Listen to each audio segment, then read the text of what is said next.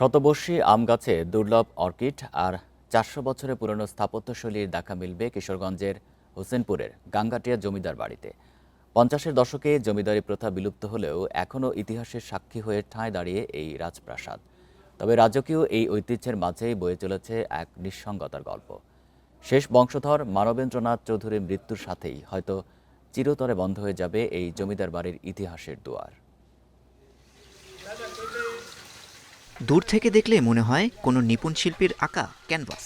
শতবর্ষী আম গাছের ডালে ডানে বামে দুলছে ডেনড্রোবিয়ান জাতের দুর্লভ অর্কিড। আর এই অনিন্দ সুন্দর প্রকৃতির মাঝেই দাঁড়িয়ে আছে ৪০০ বছরের পুরনো গাঙ্গাটিয়া জমিদার বাড়ি।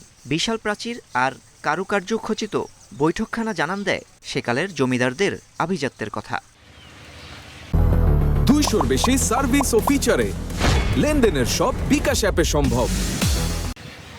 প্রাচীন এই নির্মাণশৈলী আর স্নিগ্ধ প্রকৃতির টানে প্রতিদিন দূর দূরান্ত থেকে ছুটে আসেন পর্যটকরা। জমিদার বাড়িটা অনেক নাম আছে, অনেক ফেমাস, অনেক খ্যাতি। তো এখানে ঘুরতে এসেছি, ঘুরে ঘুরে দেখতেছি, ভালো লাগতেছে এবং এত সুন্দর একটা পরিবেশ যে আগে দেখতে পারি নাই। এলাকায় এটি পরিচিত মানববাবুর বাড়ি নামে। জমিদার বংশের শেষ ব্যক্তি মানবেন্দ্রনাথ চৌধুরী। স্ত্রী গত হয়েছেন, নেই কোনো সন্তান। আত্মীয়রা থিতু হয়েছেন ওপারে। প্রায় 10 একরের এই বিশাল সাম্রাজ্য এখন কেবল তিনি আর তার বিধবা বৌদি অনুরাধা দেবী আছেন। দুই নিঃসঙ্গ মানুষের স্মৃতিচারণই টিকে আছে এই বাড়ির স্পন্দন। আমার দেওয়ার ওনার অনেক বয়স হয়ে গেছে, উনি সব কথা স্মরণ থাকে না, কিছু বলতেও পারে না। কাজের লোকজন আসলে খুব পছন্দ করে, সবাই আসলে সবাইকে নিয়ে ঘোরাফেরা এগুলো খুব পছন্দ করে।